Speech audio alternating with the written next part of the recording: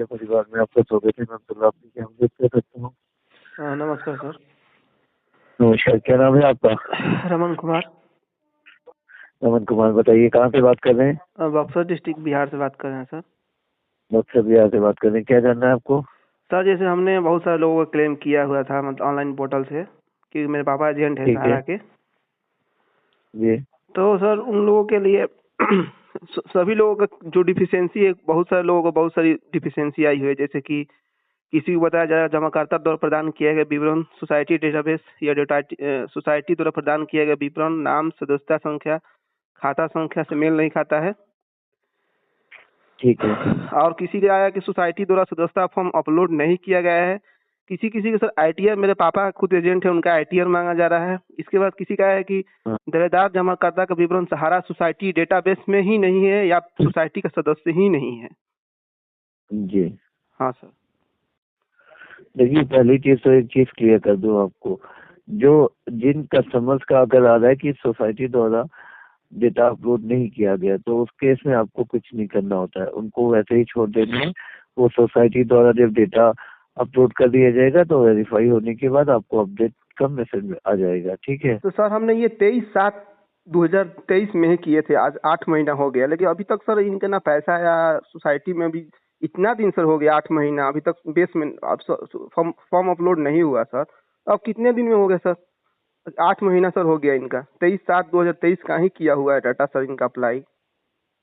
ये जल्द से जल्द हो जाएगा, इसके लिए निश्चिंत रहिएगा। अच्छा, दूसरा ये है, इसमें समय लगेगा, समय लग रहा है थोड़ा सा अपलोड होने में डॉक्यूमेंट। तो जैसे ही अपलोड हो जाता है जानकारी मिल जाती है। दूसरा ये है सर, अगर सोसाइटी में किसी कस्टमर का डेटा नहीं मिल रहा है तो आप ये चेक करा करिए ये पॉलिसी इनकी कंप्लीट कब हुई है।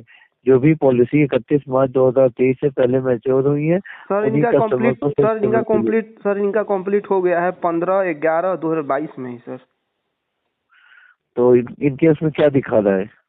इनका जैसे दिखा रहा है सर कि दावेदार जमाकर्ता का विवरण सहारा सोसाइटी डेटाबेस में नहीं है या सोसाइटी का सदस्य नहीं है।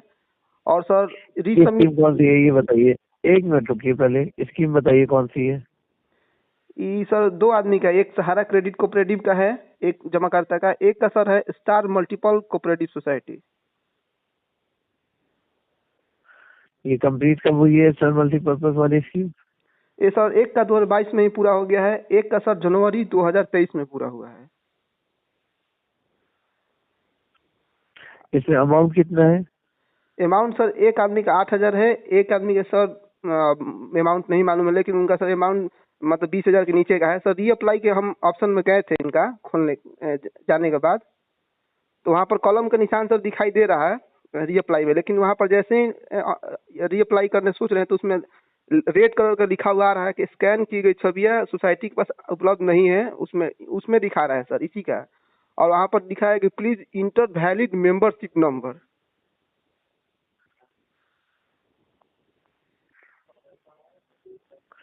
तो उसमें आप चेक कर लिए सर। अच्छा, दूसरा इसमें अमाउंट इनका कितना है? रीसबमिट अगर कर दे तो अमाउंट चेक कर लीजिएगा। अमाउंट कितना है इनका इसमें? सर अमाउंट इनका 8,000 ही है सर। तो हम तभी तो सर खुला रीअप्लाई पर, और नहीं तो 20,000 वाले का तो ये खुल ही नहीं रहा है। कर दे उस टाइम पे क्या शो कर रहा है? रीसबमिट में क्या शो कर रहा है? रीसबमिट में सर वहाँ पर जो डिफिशियंसी बताया जा रहा है कि स्कैन की गई छवि सोसाइटी के पास आसानी से उपलब्ध नहीं है, और रीअप्लाई करने के लिए जा रहे हैं, कॉलम खुला है जहाँ पर, तो वहाँ पर रेड कलर का लिखा हुआ आ रहा है कि आप मत करिए सर, एक मिनट रुकिए। तो मैं क्या बता रहा हूँ आपको, पहले मैंने बताया ना कि जो अगर सोसाइटी द्वारा डॉक्यूमेंट्स अपलोड नहीं किए गए तो उसके लिए कुछ नहीं करना है ना सर। जैसे 2 सोसाइटी डिफिशियंसी, द्वारा। सुनिए सर, 2 डिफिशियंसी है सोसाइटी द्वारा तो इसी में वो तय करिए सर। एक जब क्लियर कर रहा हूँ तो वो चीज क्लियर करके हटा दिए उसको।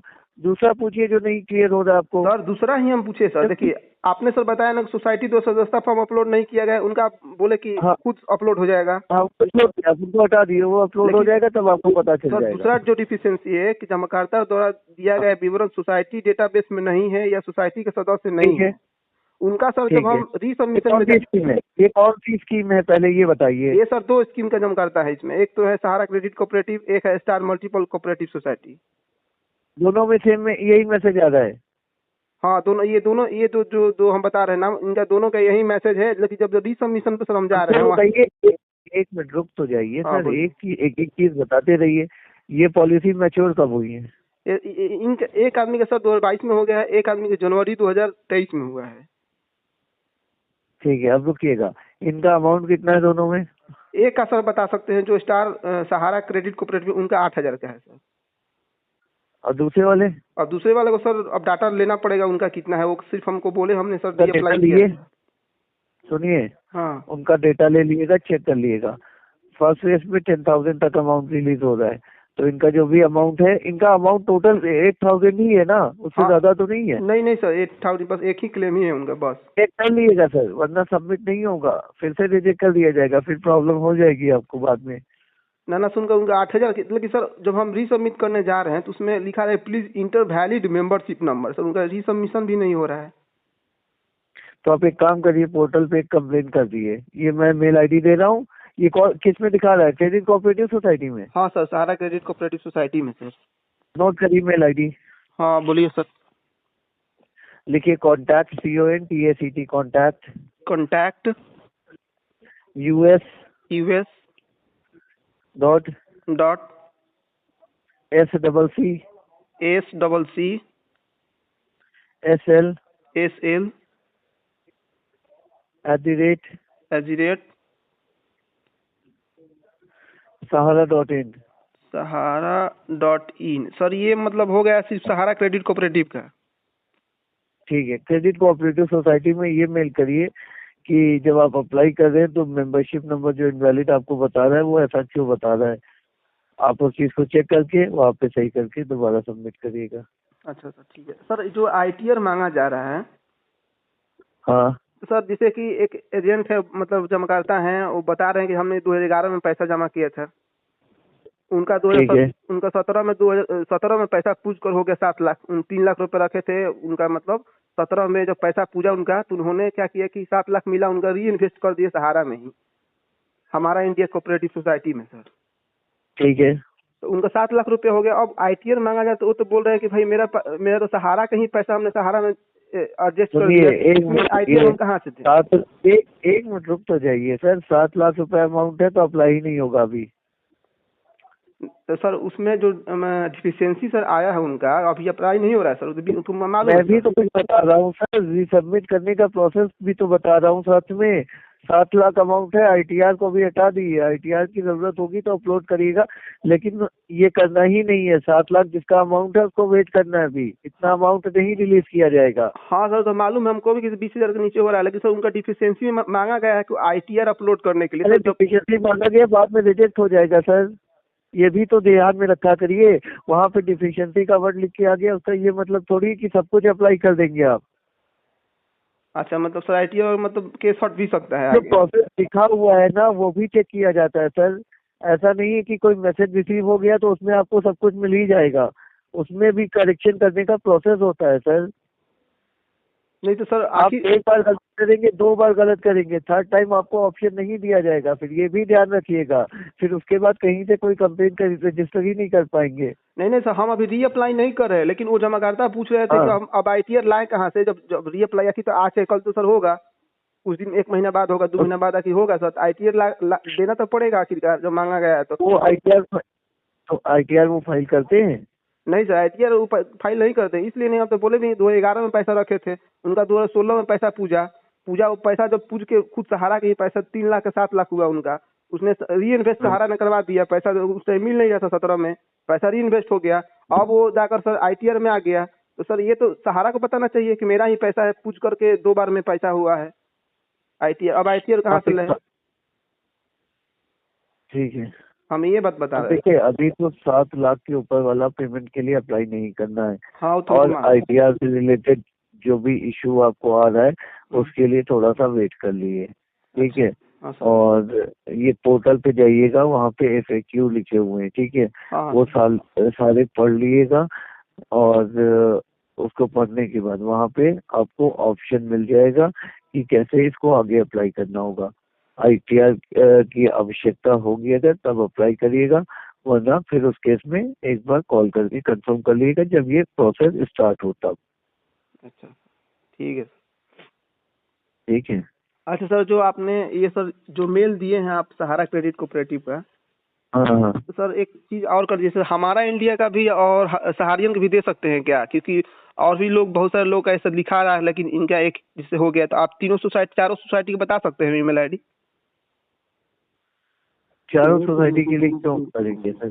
सर हमने क्या? सर बहुत बात ऐसा है कि सर बहुत सारे लोग हमने क्लेम किया है, कम से कम हजारों लोगों का, तो हर सोसाइटी का है। अभी तो एक सोसाइटी का हमने देखा है, बहुत सारे लोग का भी क्लेम जांच नहीं हो सकता है आगे का और भी क्लेम ऐसा आए, तो मेरे पास रहता है तो सर चारों सोसाइटी के बस ईमेल आईडी हम कर सकते थे, क्योंकि आपके पास सर है, आप देखिए, दे सकते हैं। तो मैं आपको बता देता हूँ। हाँ सर। गूगल में जाइएगा, टाइप करिएगा जो भी सोसाइटी का नाम है, ठीक है। अच्छा सर। सोसाइटी का नाम जब आप टाइप करेंगे, वहाँ पे राइट हैंड साइड पे देखिएगा एक ऑप्शन आता है कॉन्टैक्ट का, अच्छा सर। ठीक है। हाँ हाँ। कॉन्टैक्ट पे क्लिक करिएगा, मेल आईडी आ जाती है वहाँ पे। अच्छा सर, जी, ठीक है तो ठीक आप वो मेल आईडी उसी मेल आईडी पे कर दिएगा। है। ओके, धन्यवाद। ठीक। ठीक है, समझ गए। अच्छा जैसे थर्ड, हमारा इंडिया है तो हमारा हाँ अच्छा सर, थर्ड पेज का कब से रीअप्लाई हुआ कुछ सर, डेट? थर्ड पेज के लिए भी वेट करिए, जब ऑप्शन आएगा वहाँ पे दिखेगा सर। कोई डेट हमारे पास भी नहीं आती है। हाँ। अच्छा सर, हम एक बात पूछ रहे थे सर कि जैसे एक हाँ बताइए। एक सर जैसे जमा करता है, उनका नाम है मीरा देवी, इंग्लिश में सर है उनका हाँ MIRA हाँ। बॉन्ड में, और जो कि आधार कार्ड में MRA है सर, दोनों का तो अर्थ मीरा देवी ही हुआ, जी। लेकिन सर मीनिंग थोड़ा सा बस मीरा देवी की MIRA है, एक में है MRA, तब भी सर उनका डिफिशियंसी। अगर अगर उनका डिफिशियंसी में आ गया है कि इनका नाम में मिसमैच है खाली, और सारी डिटेल्स जो है एज पर जो पोर्टल है उसी के आधार पे है कि सब कुछ वेरीफाई हो गया है, बस नाम में मिसमैच है। नहीं। तो नाम में मिसमैच होने का रीजन मैं बता देता हूँ। उसमें करना क्या होगा आपको, आप पोर्टल पे जाया करिए। पोर्टल पे एक जगह एक ऑप्शन लिखा हुआ है सामान्य प्रश्न, हाँ। FAQ, ठीक है। उसमें 18वां 19वां 20वां पॉइंट पढ़ लिए। अगर नाम में कोई प्रॉब्लम है, उसमें एक 10 रुपए का एफिडेविट लगेगा, 10 रुपए के स्टैम्प पे, और एफिडेविट का फॉर्मेट दिया हुआ है। साथ ही मीरा देवी नाम है कस्टमर का, तो आधार कार्ड के साथ उनको अपना एक दूसरा ID प्रूफ सबमिट करना होगा।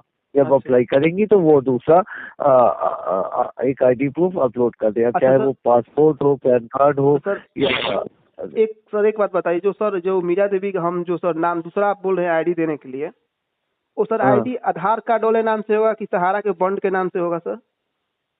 आधार कार्ड के नाम से होगा। अच्छा, मतलब सर सहारा वाला बॉन्ड से नहीं ना इनका नाम चाहिए? किसमें सही है? इनका नाम किसमें सही है? आधार में सही है या इनका नाम पॉलिसी बॉन्ड आधार पेपर में सही है? आधार में सर सही है नाम, सारा डॉक्यूमेंट बैंक अकाउंट सब आधार कार्ड से तो वाला है। आधार में सही है। आधार कार्ड के साथ किसी भी दूसरे व्यक्ति का, जैसे आप हैं, हाँ। आपका मान लीजिए पॉलिसी बॉन्ड पेपर में नाम गलत है, तो आप क्या करेंगे? आप एफिडेविट तो बनवा लीजिए, फॉर्मेट भी है वहाँ पे, ऐसे एफिडेविट बनेगा। हाँ सर। एफिडेविट हो गया। हाँ। अब अपलोड करना जब होगा तो PAN card plus driving licence है, हाँ नहीं सर। है driving licence, NREGA job card है वो कर दिए, नहीं है अगर तो पासपोर्ट कर दिए, पैन कार्ड कर दिए, या पैन की पासबुक कर दिए, कुछ तो होगा ही, वो अपलोड कर दिएगा। बस सर यही जानकारी था कि मतलब सहारा बॉन्ड वाला चाहिए या आधार कार्ड वाला चाहिए, बहुत सारे लोग सस्पेंस है कि तो उसमें ये सर चीज क्लियर FAQ हो में। गई है बात? हाँ सर, नहीं हुई? क्योंकि ऐसा बात FAQ में कहीं नहीं लिखा हुआ है कि कौन सा आईडी देना है लिखा सहारा हुआ से है, रिलेटेड। FAQ में जाइए, 18वां 19वां पॉइंट पढ़िए आप। हाँ सर पढ़े, 19वां ये चीज 20वां सर पॉइंट। ये सर चीज क्लियर नहीं लिखा गया है कि मतलब सहारा बॉन्ड का चाहिए आईडी या आधार कार्ड का आईडी चाहिए, इसी बोला गया है कि आपका आईडी एक लगाना है। वो बता, वही तो बता रहा हूँ। आधार में नाम दूसरा है और पॉलिसी बॉन्ड में दूसरा है, तो किसी जैसे आधार में दो नाम एक सेम हो जाए, वो वाला वेरीफाई हो जाएगा आपका। अच्छा सर, ये अभी कितना दिन सर लगेगा सोसाइटी डेटाबेस आने में? क्योंकि 8 महीना से लोगों का पैसा सर क्लेम किया हुआ हो गया, लेकिन अभी तक सोसाइटी डेटाबेस नहीं दी। कितने दिन में सर तब डेटा दे सकती है? अभी कुछ वो सोसाइटी द्वारा अपलोड किया जा रहा है, वो टाइमली हो रहा है, उसमें समय लग रहा है। अपलोड होता है, फिर कस्टमर का वेरिफिकेशन के लिए भेज दिया जाता है और पेमेंट रिलीज करा दिया जाता है। अच्छा सर, किसी किसी का जो फर्स्ट किस्त आ गया है 10,000, उस सेकंड किस्त कब तक आएगा? सेकंड का वहाँ पे पढ़ लिए, रीसबमिट का ऑप्शन रहता है। फर्स्ट फेज में 10,000, सेकंड ऑप्शन इतना रिलीज होगा, थर्ड के लिए वो आता जाएगा। पोर्टल चेक करते रहिए, सब कुछ पता चलता जाएगा सर वहाँ से आपको। क्या सर, मतलब नहीं समझे बात, सेकंड किस्त के लिए रीअप्लाई करना पड़ेगा? अब वहाँ जाइए, पोर्टल पे दिखा रहा है अगर ऑप्शन तो फिर आप करिएगा, वरना नहीं दिखा रहा तो वेट करिए। अच्छा अच्छा, मतलब सर एक जमाकर्ता है उनके ठीक है।